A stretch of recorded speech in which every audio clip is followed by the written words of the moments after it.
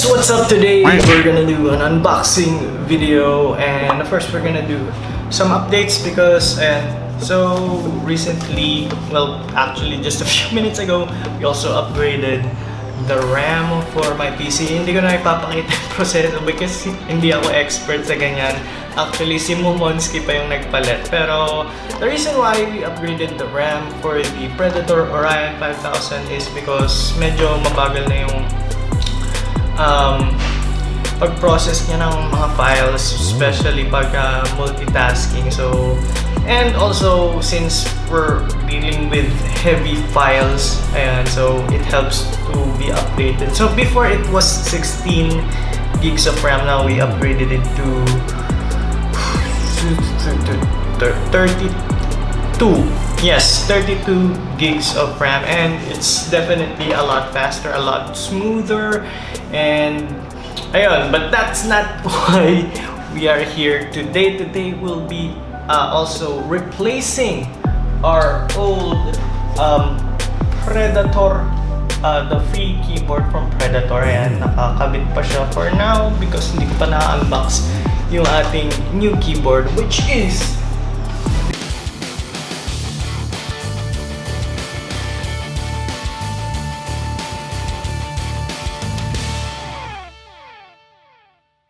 the SteelSeries Apex 5. Now, this is not actually my pinaka-dream keyboard, but it will have to do for now. Of course, I went with the longer keyboard.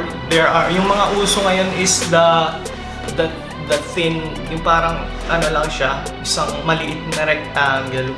It's just going to be the first part of the keyboard, which is right here. But of course, since we do a lot of graphic design, kailangan kompleto yung keyboard natin. Kasi because of shortcuts, right? So Premiere, After Effects, Photoshop, madaming shortcuts na kailangan dyan. So actually, the one that I really wanted was yung isa na may parang touchpads na pwede mong i-hotkey yung mga files mo, but they didn't have that. So now we'll have to settle for the stress reliever-esque keyboard. So kung so the price nito ay ayun 6.3.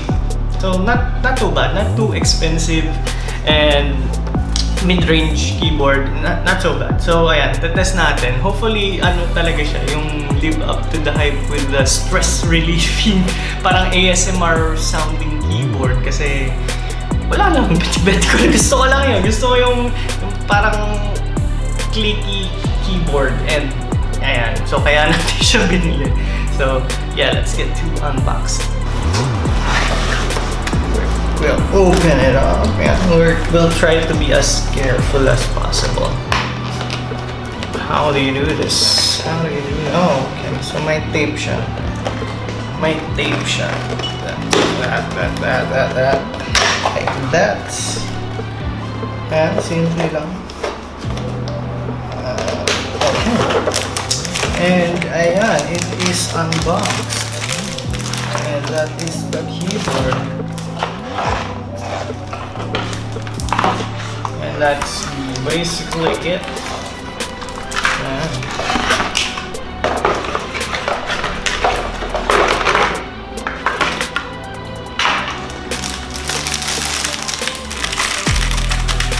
And already we have the clicky sounds. And yeah, pakita ko sa inyo guys yung ating lumang keyboard. Oh, what's this? I think this is a parang arm hand rest para naka-angle yung kamay niya. So this is actually not super ergonomic, but it helps, you know, para hindi kayo magkaroon ng carpal tunnel syndrome. So medyo at least kahit hindi man siya 100% ergonomic, because grabe yun talagang mga ergonomic keyboards na ginagawa nila. Ay grabe, sobrang mahal din nun, and I don't think I need it for now, ay wala naman akong problema. Siguro si Monski, because recently her wrists are having some adulting problems na din. So, and we'll see. Hopefully, it's not carpal tunnel syndrome, because that would be bad. But yeah, ayun, you have to be careful, guys. So that's one good thing about having a nice keyboard is, ayun, meron nga siyang ganito. Unlike the common, the basic keyboards na parang lang siya, wala siyang kahit anong to help out with the stress on your hands. So, ayan guys. And I think plug and play lang naman siya. This is the handguard. And what's this? We have a manual. And that's it. That's all that's inside the box. So, obviously, I think Razer does a better job at packaging. But I did have a Black Widow keyboard years ago, and halos pareho lang siya ng feel dito sa ating free keyboard sa Predator. Although, in Razer's defense, mas maganda yung tunog ng keyboard niya. Although wala tayong sample ngayon. Pero yun, mas maganda yung tunog ng Razer dati. Mas clicky yung keyboards niya, mas mechanical. And I think it had more functionality with everything. So, pakita muna natin ang ating current keyboard. So yun guys, our current keyboard again is the Predator one. It's free when we got the Predator Orion 5000. Ayan. And kita nyo guys, sa loob is the two glowing sticks. They are the new RAMs we installed recently. So ayan, this is essentially the old keyboard again. And wala masyadong sounds. Normal. It's good, for a keyboard. It's not bad. Actually did its purpose really well. It served me well up to now, but we'll still put the SteelSeries keyboard to the test, so let's get to it. And guys, this is the SteelSeries Apex 5. Ayan. And straight off the bat, ayan, rinig nyo naman yung sound. Huge difference. Napaka-clicky and supposedly more responsive yung keyboard niya. So yeah. Ayan, so we'll plug it in and we'll see what other features it has. It has this switch thing here and parang may panel dito. So we'll see what that is about.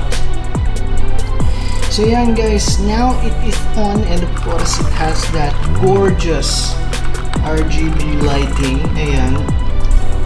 Hindi pa natin siya nasiset, pero actually it goes well with the color scheme of my CPU. So yeah, it looks nice. I actually like the bluish tones, and of course itong sa atin dati ay meron din naman, but again this actually has it's all separated in color, which is super nice, so pretty. And ayan, this is actually parang smart display daw. What its real purpose is, I don't know. And this is a multimedia volume control. And so ano pa ba? This one is the OLED menu button. So ayan, medyo may ano pa siya. Ooh, nice. So yan guys, that is the SteelSeries Apex 5. So yun guys, kita nyo naman ang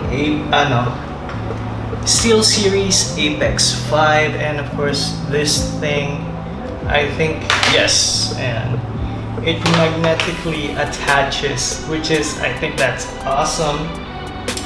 That's super dope. And actually nandyan din lahat ng functionality ng ating previous keyboard, minus of course the Predator button, the game button, pero I think you can well, you can have profiles and hotkeys, so you can set that as well, I believe, for this keyboard. And yeah, so we'll do some testing and I'll get back to you guys.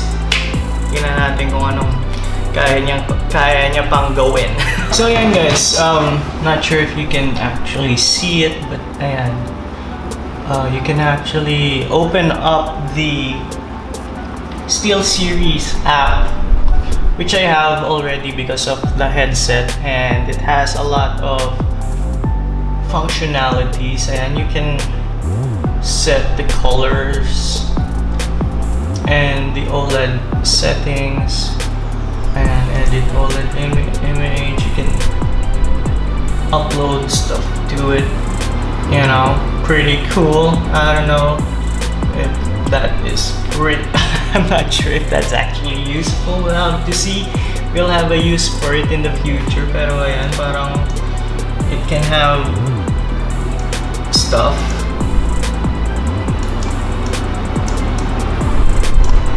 It can actually siguro siya for the profile stuff. So ayan, for the profile, para alam mo kung anong profile yung ginagamit mo.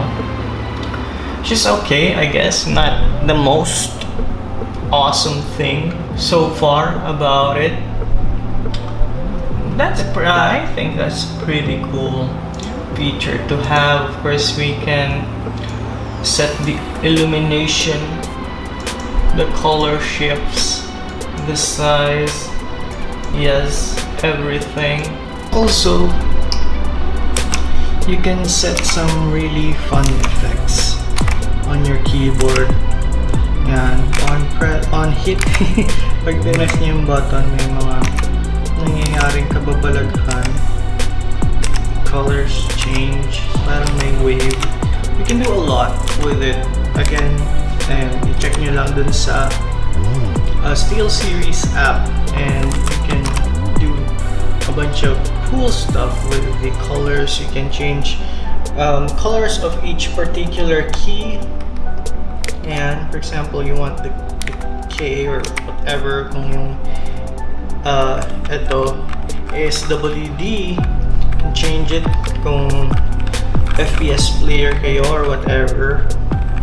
Again, yeah, you can just highlight, like for example, the keys you love using the most. And for example, said League of Legends or whatever, you can have F or G for the summoner spells. For again, FPS players, is WD, the space bar, the shift, or whatever color you want. Again, there's a wave thing. You can actually change the speed of it, kung mas mabilis, mas mabagal, kung mas wider. Actually, now we have it in line. So yan, yung buong line yung nagbabago pag pinrest. So yeah, a lot of cool functionality there. That's pretty dope. Pretty dope. I like that. You can change it any way you want. Of course, you have your bindings, your hotkeys, ayan, and everything. So discard the changes we did. Ayan. Actually, pwede rin pala yung pwede mo rin siyang iset yung config. It automatically changes color. Siguro para alam mo din kung anong config yung ginagamit mo. It's pretty cool.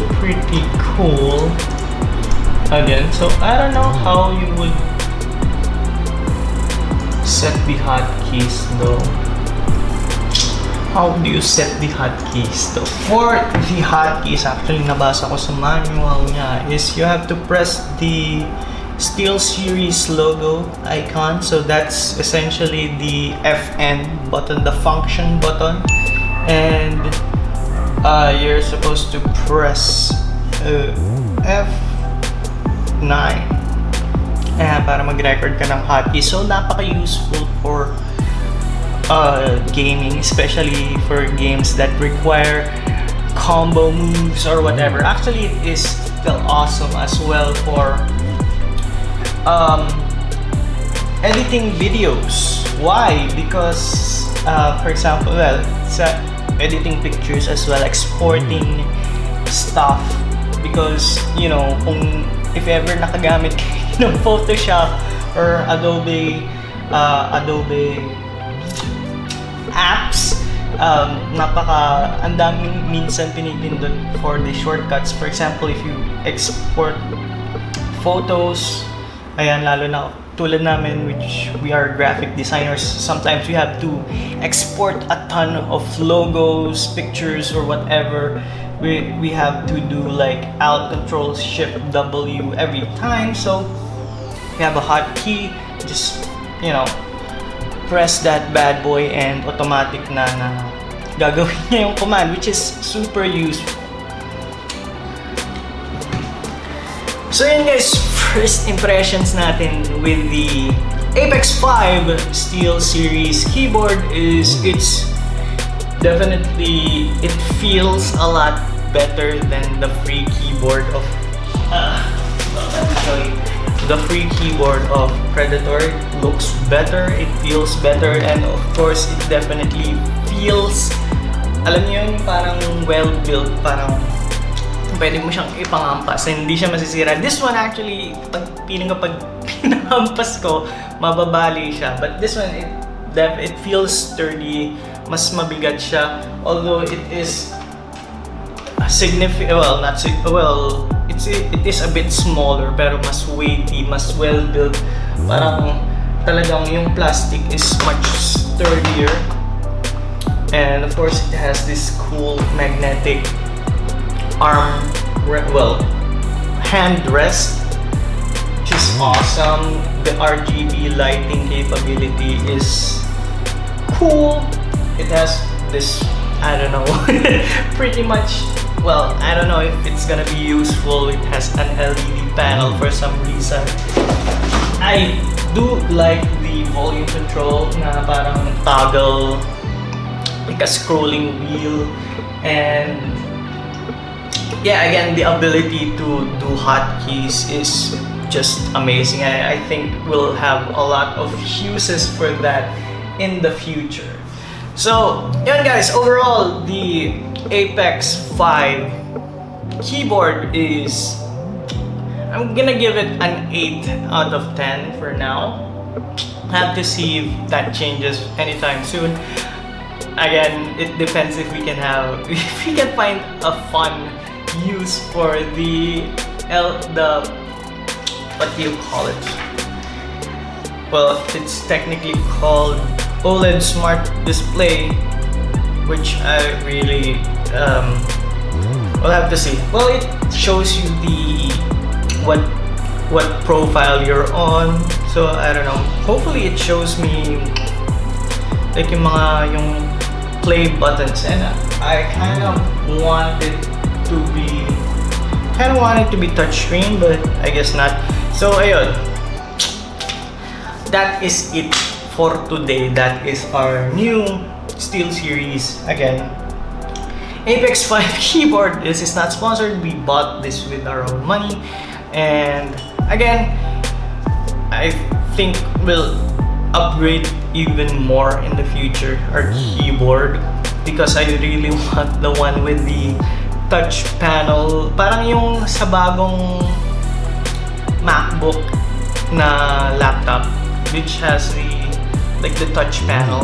Merong keyboard na may ganun, and I think that's awesome. It looks cool, and it actually has the same functionality as this. But yeah, kailangan nating i-retire ang ating lumang keyboard. Again, the free keyboard from Predator. I'm not sure what this is called, basta yun. It's a free keyboard. So hindi namin research. It did its job well.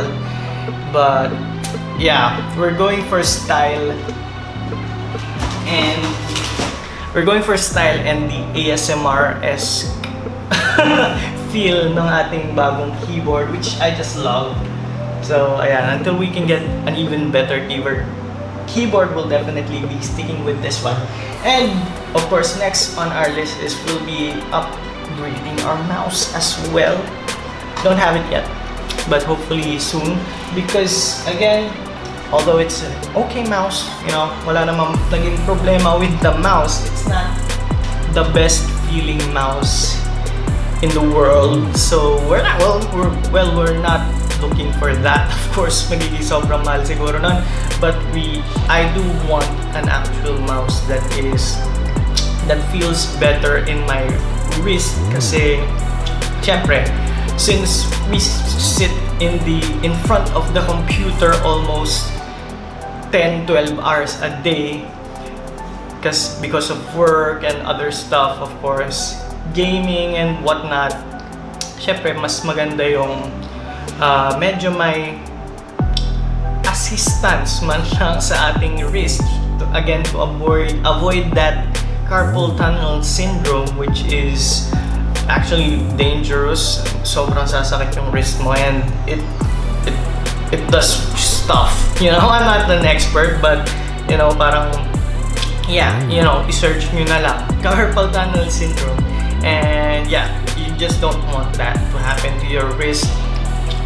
Mawawalan kayo ng dexterity and whatnot. So, ayun guys, what do you think with the video? Will you also be buying Apex 5? I keep forgetting the name. Will you also be buying an Apex 5 keyboard? Let us know what is your experience down in the comments below.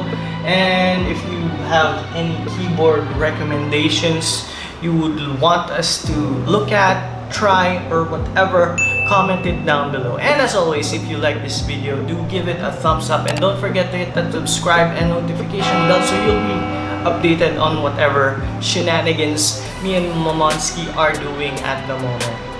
So once again, it's me, your bearded bro, Quicksilver 15, signing off. Peace.